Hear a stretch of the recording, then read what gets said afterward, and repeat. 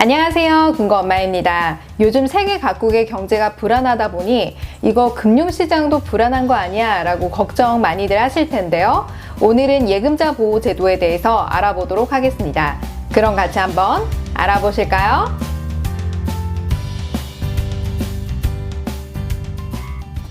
한국은 1995년도에 예금자 보호법을 제정해서 예금자 보호를 시행하고 있는데요. 만약 금융기관이 영업정지나 파산으로 고객의 예금을 지급하지 못하게 될 경우 전 금융제도 안전성에도 영향을 받을 수 있습니다. 예금보험공사가 금융권으로부터 보험료를 일정 부분 받아서 그 기금으로 적립을 해두었다가 금융기관이 예금을 지급할 수 없는 경우가 생길 때 대신 지급하게 되는 것입니다. 또한 예금보험만으로 예금을 대신 지급할 돈이 부족할 경우에는 법에 의해서 재원을 조성하게 되는데요. 이를 공적 자금이라고 합니다. 그러니까 IMF 당시에도 여러 은행들이 이 공적 자금을 조달받기도 했습니다. 또한 IMF 당시부터 2000년도 말까지 한시적으로 예금 전액을 보장해 준 적도 있었는데요. 2001년도 이후부터 지금까지 원금과 이자를 포함해 동일 금융기관별로 1인당 최고 5천만 원까지 보호를 해주고 있습니다.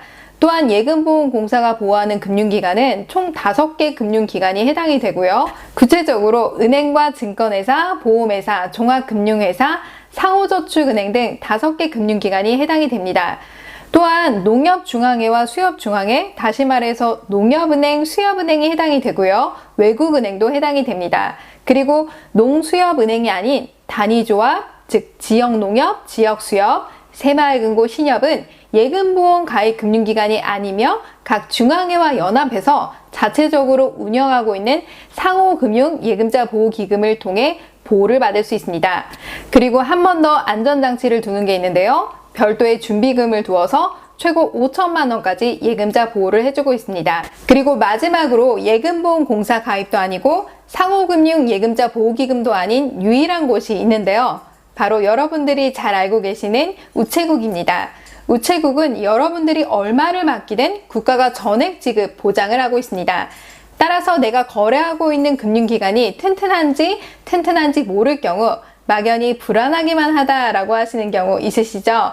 그럴 경우에는 금융기관 법인별 분산 예치를 하신 뒤에 전액 우체국에 넣으시는 방법도 좋습니다.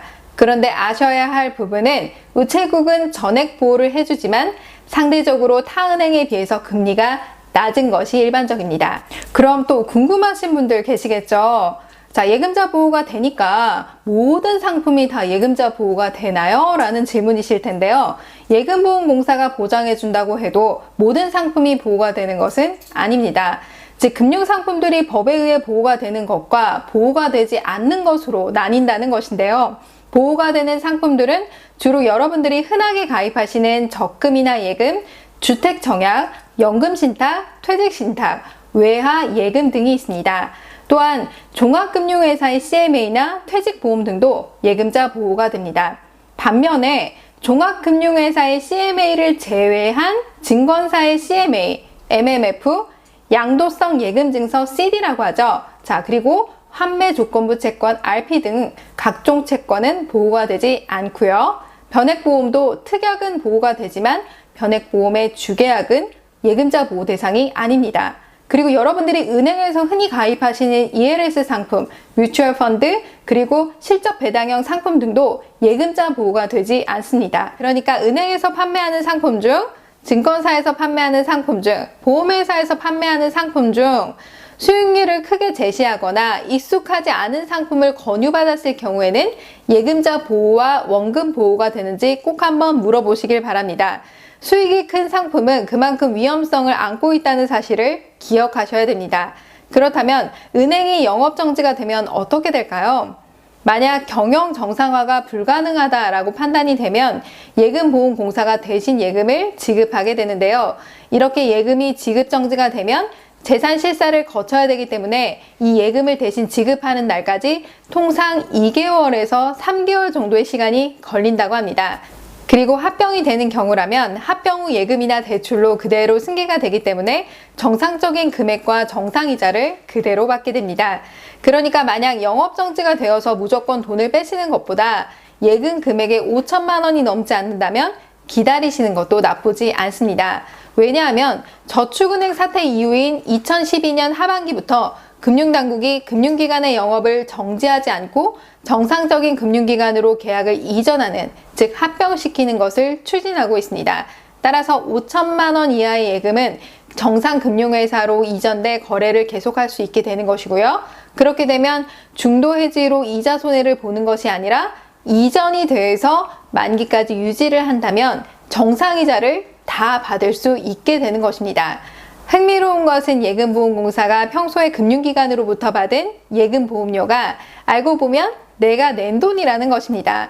어떤 명목으로 꼬리표가 달리지 않아서 그렇지 예금 이자의 세금이 부과되는 것과 별도로 일부 금액이 보험료로 부과가 되는 것이죠. 또한 사고가 발생해서 만약 파산을 하게 될 경우 5천만 원까지 보호가 된다고 말씀드렸는데요. 여기에서 원금과 이자를 포함해 5천만 원까지입니다. 이 이자는 예금보험공사의 공시율로 지급이 되는데요. 다시 말해서 최초 금융기관과 약정한 금리가 4%라면 예금보험공사에서 제시하는 소정의 금리가 2%일 경우 이 2%로 지급이 된다는 것입니다. 또한 원금과 이자를 포함해서 5천만 원이기 때문에 이 이자 부분은 세전이자로 들어갑니다. 그러니까 세후에는 5천만 원이 조금 안 될 수도 있다는 것이죠. 그렇다면 5천만 원이 넘는 금액은 모두 돌려받을 수 없는 것일까요? 아닙니다. 파산한 금융기관이 여러 채권을 변제하고 남은 재산이 있는 경우 분배해 주므로 전액 또는 일부를 돌려받을 수 있습니다.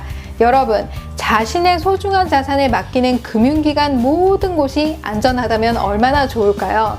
이렇게 불안한 경제 속에 더 많이 알고 더 정확하게 거래하셔야 손해를 보지 않을 수 있겠죠. 오늘 영상 도움이 되셨다면 좋아요와 구독하기 눌러주세요.